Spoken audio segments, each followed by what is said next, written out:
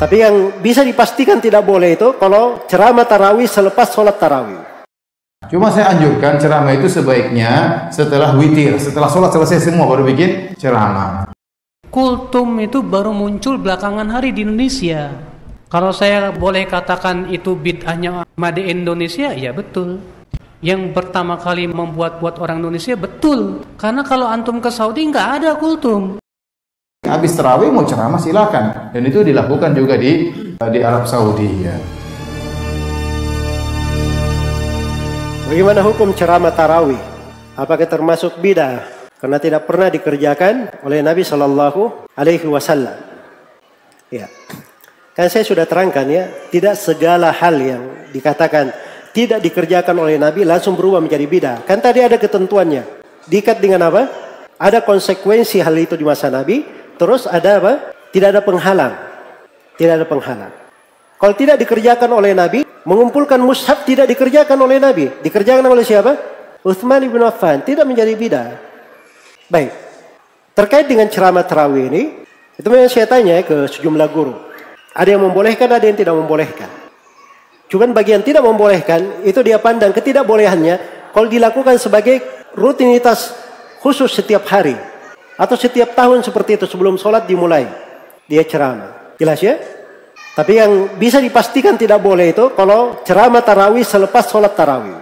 Karena Nabi tidak pernah selepas sholat malam berzikir apapun kecuali hanya membaca Subhanal Malikul Quddus.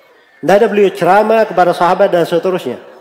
Dan yang tidak boleh juga kalau dia ceramah antara dua rakaat tarawih. Antara di sela-sela sholat. Tapi di awalnya, itu dilihat ya di awal itu. Sore imam masjid misalnya, di sholat isya, dia melihat manusia sedang berkumpul. Oh banyak orang, ini jarang-jarang ini saya dapat kesempatan menceramai mereka. Ya, maka dia tidak enak dibilangin terikat dengan sholat tarawih. Ya sudah, dia gunakan waktu antara adzan dan qomat. Dia ceramai, dia kasih nasihat-nasihat. Itu nggak ada masalah. Itu dilakukan oleh guru kami Syekh Shalih Al Fauzan. Ya, kadang sebagian waktu beliau antara adzan dan qomat, kadang sebelum sholat tarawih.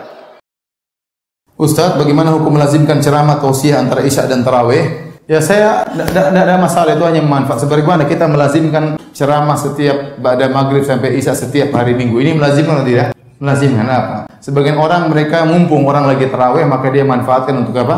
Ceramah. Selama tidak diyakini itu lebih afdal, maka ini bukan bid'ah, hanya sekedar apa? Sarana. Cuma saya anjurkan ceramah itu sebaiknya setelah witir, setelah sholat selesai semua baru bikin ceramah. Karena kalau menunggu setelah sholat kemudian dipotong untuk ceramah baru witir, ini terkadang orang gelisah ya.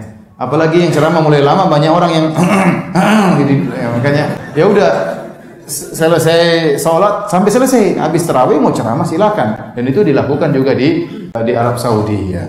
Sebagian ulama setelah subuh mereka ceramah, sebagian ulama setelah sholat tarawih mereka ceramah. Jadi sholat jangan dipotong, itu lebih afdal ya. Ceramah tarawih, banyak banget tuh Pak ceramah tarawih Pak. Kultum, kuliah terserah antum. Itu di masyarakat kita Pak, sebagian masjid itu seakan-akan tuh sunnah Pak. Jadi seakan-akan kultum tarawih itu bagian dari tarawih. Padahal ini nggak ada sunnahnya sama sekali. Di zaman Umar ketika beliau mengadakan sholat tarawih nggak ada kultum.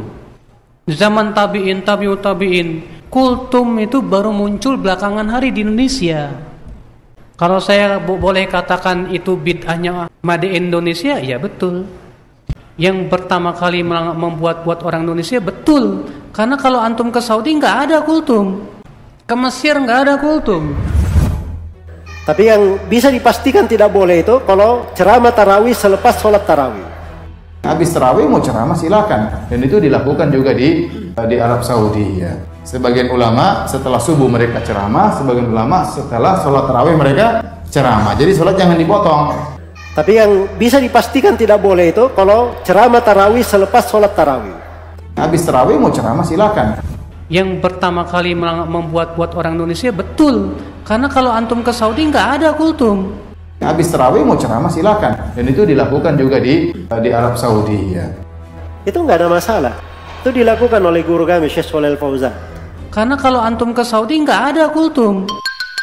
Terjadi nggak terjadi yang seperti ini di tengah umat. Betul, waktu rame-ramenya bersatu, habis itu apa? Cakar-cakaran. Itu namanya persatuan kebun binatang.